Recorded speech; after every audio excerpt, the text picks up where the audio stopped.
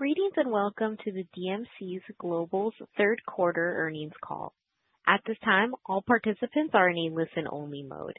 A question and answer session will follow the formal presentation.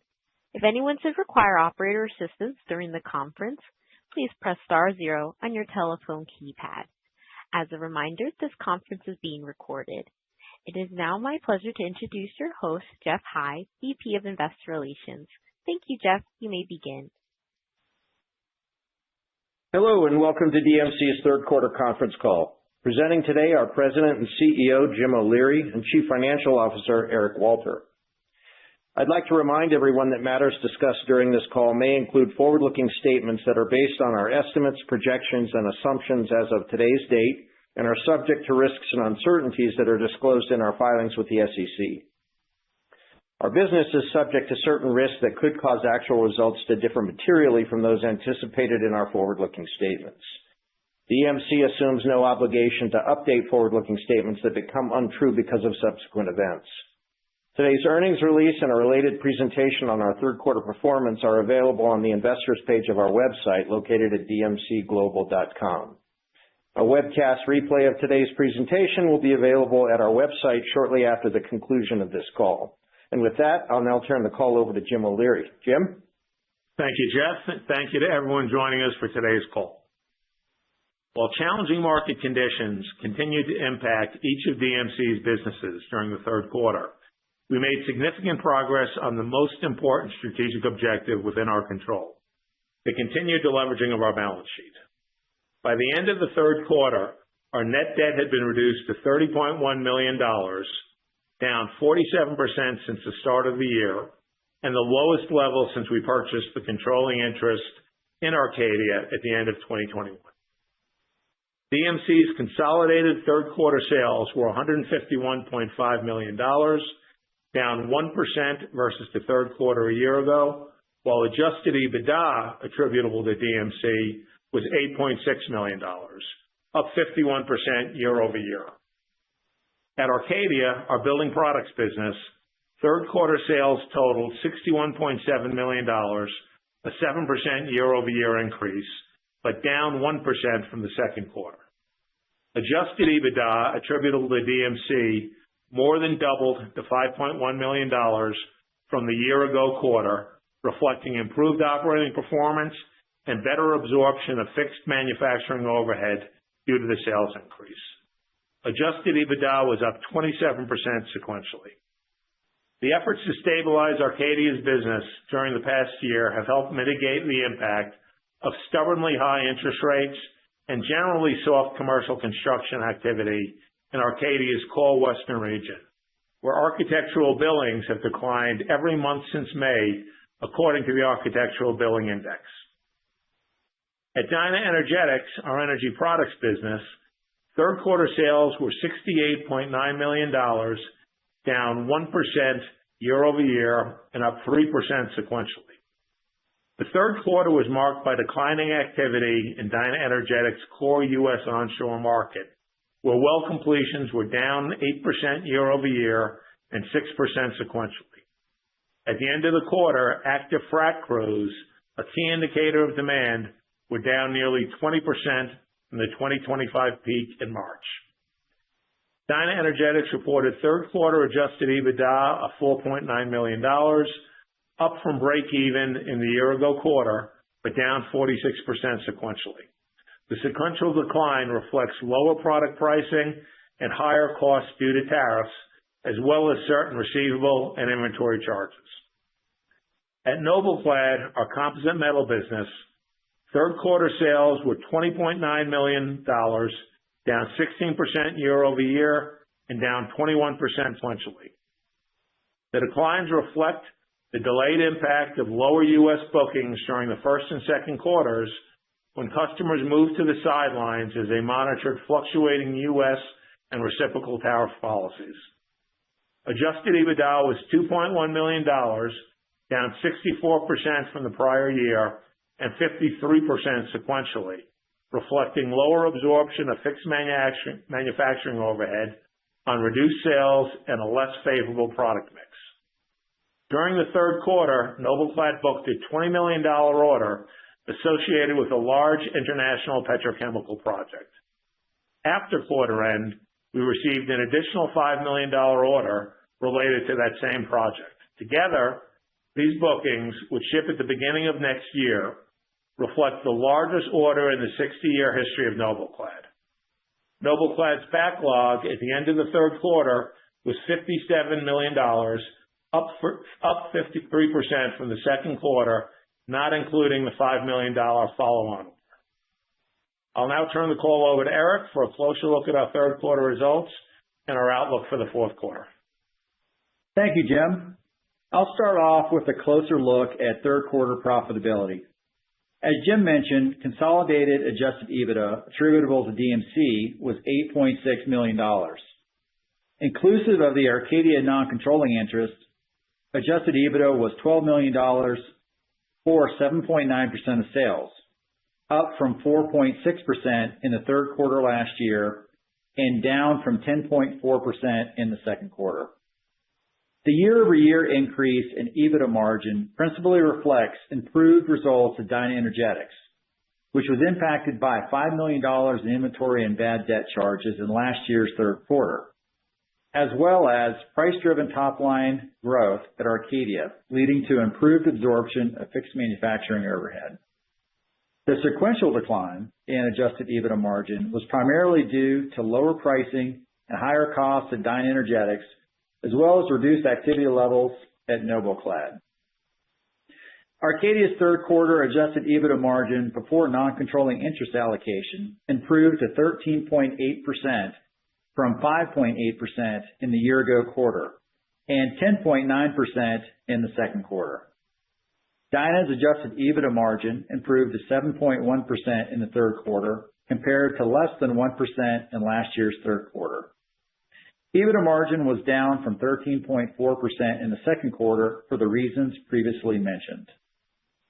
NobelClad's third quarter adjusted EBITDA margin was approximately 10% and was impacted by the tariff-related booking slowdown earlier in the year.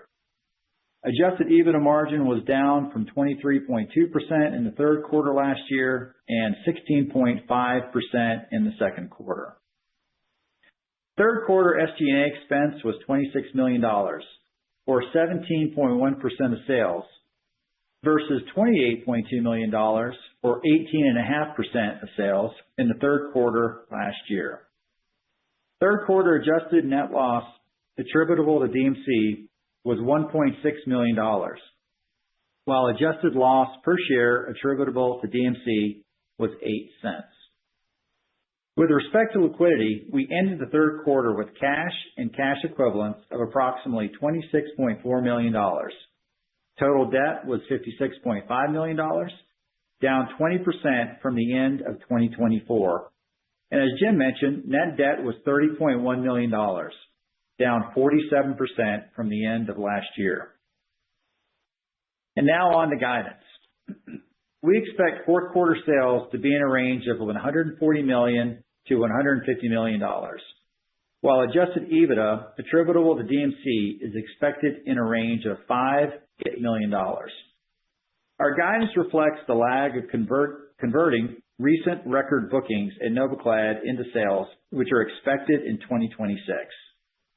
Our guidance range also anticipates continued headwinds in DynaEnergetics' core North American market, which has been significantly impacted by both tariffs and declining well completion activity, and may experience a seasonal slowdown late in the quarter, as has been the case in recent years.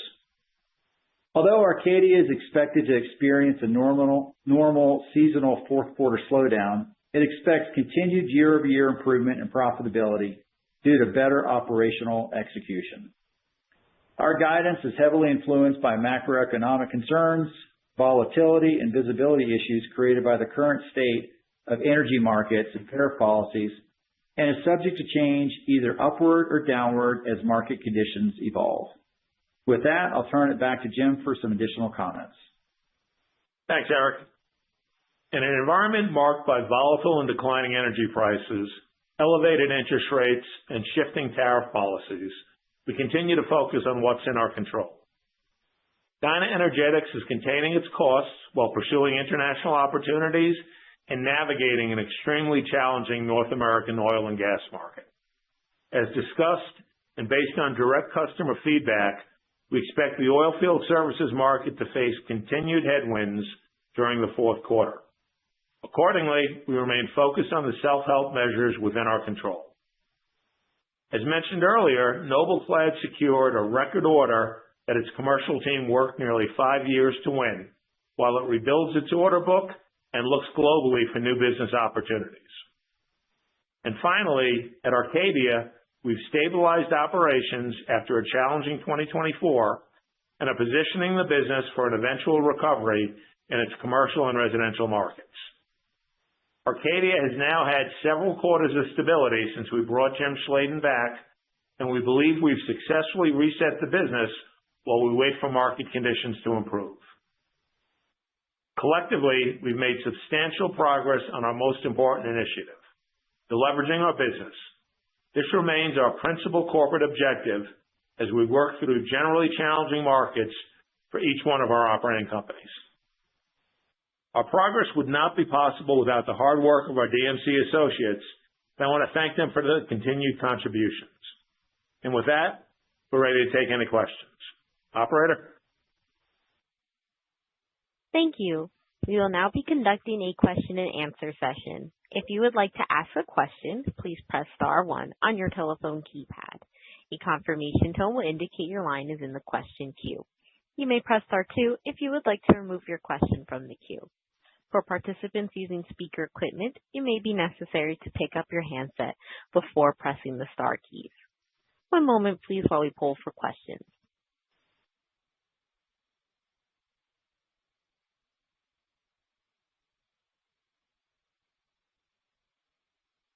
Thank you.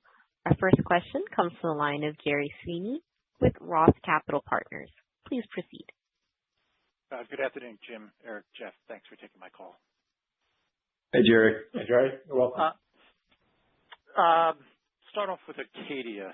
I know you Jim, I know you mentioned the ABI was down, I think out in the West, et cetera, but two questions on that front. One, are you seeing any green shoots? And then two, are there opportunities for additional operational improvements at Arcadia, or is that level set for now? Okay. So we're seeing green shoots, but remember, that's very specific to us. What we had when I think the industry was still doing okay, and I would say just okay, both residential and commercial, we, with turnover and some self-inflicted issues, we had a challenging 2 or 3 years after the acquisition.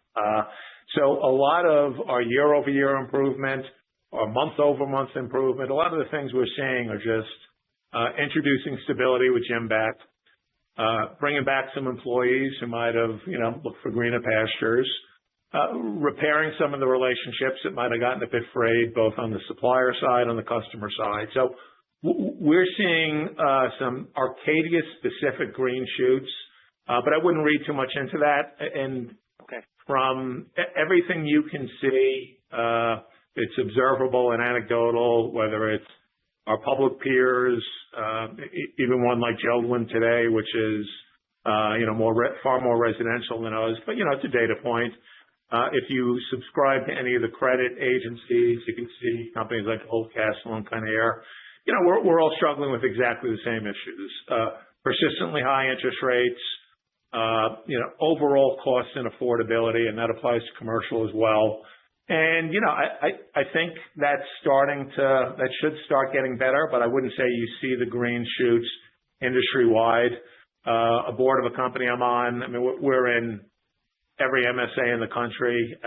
If you put a gun to my head, I couldn't tell you what MSA in the country is really doing well, maybe 1 or 2 in the Carolinas. So all of our, year-over-year improvement and, green shoots that you categorize, all very Arcadia-specific. And all because we brought back stability and some self-help measures. Now, on what we can do specifically, stabilize things, brought back some key players, repaired relationships, really soft, the soft skills, which Jim is fantastic at. Jim would have a longer list of things that we can do next than I would. And a lot of it is, we can still do better in terms of professionalization, maybe bringing some new skills in, maybe looking at, we've been underspending CapEx for a while on things that, we're going to have some decisions to make as to whether or not, where and when we want to put it in. This capital we might have put in 2021 that we have to do, but whether or not you do it now, if you think you're still going to be bouncing along the bottom, is a really important question. But, we both have very long lists of things we can do that would be, and I would say it's past self-help. It would be, okay, now we're at the point where professionalization, bringing some new skills, we're getting there now on the ERP implementation, some of the improvement to data quality for the first time, in a while. So there's a long list of things we work on, including on capacitization. The question is when's the right time? You don't want to add it early if the market just doesn't fill up a paint line or fill up an anodizing line, right? Yep, understood. Yeah, got it. Switching gears, double-clad large order. It sounded like it was going to ship in, my words, first quarter, but I'm not sure how you exactly characterized it. But, what would be the cadence of the shipping of that order, and over how many quarters, if more than one, would this sort of take place? Yeah, so I said 2026, but Eric will give you the particulars. It's more back-end loaded than first quarter. Okay. Yeah, I don't have. No. I misspoke. Thank you. Yeah. No, I don't have much to add to that other than, like Jim said, it'll be second half of 2026 is where we're going to see the bulk of the revenue from that order. Got it. And just sticking with double-clad, obviously that's a large international order.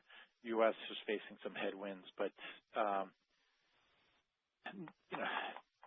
think there's a lot of opportunity in the Gulf at some point for some of this petrochemical stuff, but I'm just curious if you're seeing any additional orders unlock, or are they still tied up because of tariffs and other issues and just uncertainties? Well, we agree, and we hope you're right about further petrochemical orders. But right now, if you asked the division president there how he'd categorize, the state of things, and we've, went through his budget a couple of times in the last few months. If you have the choice of order or wait, people wait. And it's, the tariffs were a big issue that impacted us early, particularly on one or two really big ones that we know we probably didn't get because of tariffs. Right now, I think it's just a general level of economic uncertainty. Outside of tech and a couple of really fair-haired, favored sectors, if you're very capital intensive, if you're very consumer driven, if you're very, and consumer meaning the ultimate end markets, you can include automotives in there. Nobody's rushing to do capital projects unless you're bringing stuff back under some of the Trump policies, factory building, major CapEx. You're going to wait before you order until you start to be a little bit more comfortable with the overall economy. Got it. Okay. I'll jump back into you. Thanks. Great. Thank you, Jerry. Thank you. Our next question comes from the line of Katie Fleischer with KeyBanc Capital Markets. Please proceed. Hey, good evening, guys. I wanted to dig into the tariff impacts in Dyna a little bit. How should we think about that impact in coming quarters, and is there any opportunity to push price within that market? Yeah. So the impact to Dyna in the quarter was roughly $3 million. And to answer your question, to try to push price in the market, that's extremely challenging right now. All of the players in the market are pretty much going through the same type of issues with importing steel and some other components that are used in their perforating systems. So what we're doing right now is trying to figure out ways we can be more efficient with how we manufacture our products and being smart about the automation that we put into our manufacturing line. But to increase price is very difficult in the market right now. Yep, makes sense. Just any other details that you could give around the margin progression within Dyna and NobleClad for next quarter? Like, does the midpoint of guidance assume that both of those are going to see a sequential decline? Well, I think for just taking them one at a time, with Dyna, they're going to continue to have the pressures that we talked about from a pricing standpoint. There may be some seasonal slowdown, and to the extent that there is, that puts additional pressure on margins because there's less sales and less volume to absorb their fixed manufacturing overhead. And the same would be true of NobleClad. The large order that we talked about will ship in 2026. So we're probably not going to get much of a benefit for the next, few quarters. And there, same thing. It's going to be to the extent that the sales are a little soft in the quarter, it's going to put pressure on them because they're not going to be able to absorb that overhead. So, you can take that into, your modeling, and it should show you that the margins will be pressured, quarter for quarter. Yep. The only thing I'd add to that, I would add, if your assumption, whatever your assumptions are on end markets, will probably be right ahead, whether it's lead by a couple of months, lead by a quarter, it'll be right ahead of our margin progression because everything at NobleClad, for the most part, has been absorption driven. A fair amount, and outside of the tariffs, which Eric just went through, there's a little bit of mix, but it's the pricing issue and the fact that the Permian is so challenging right now.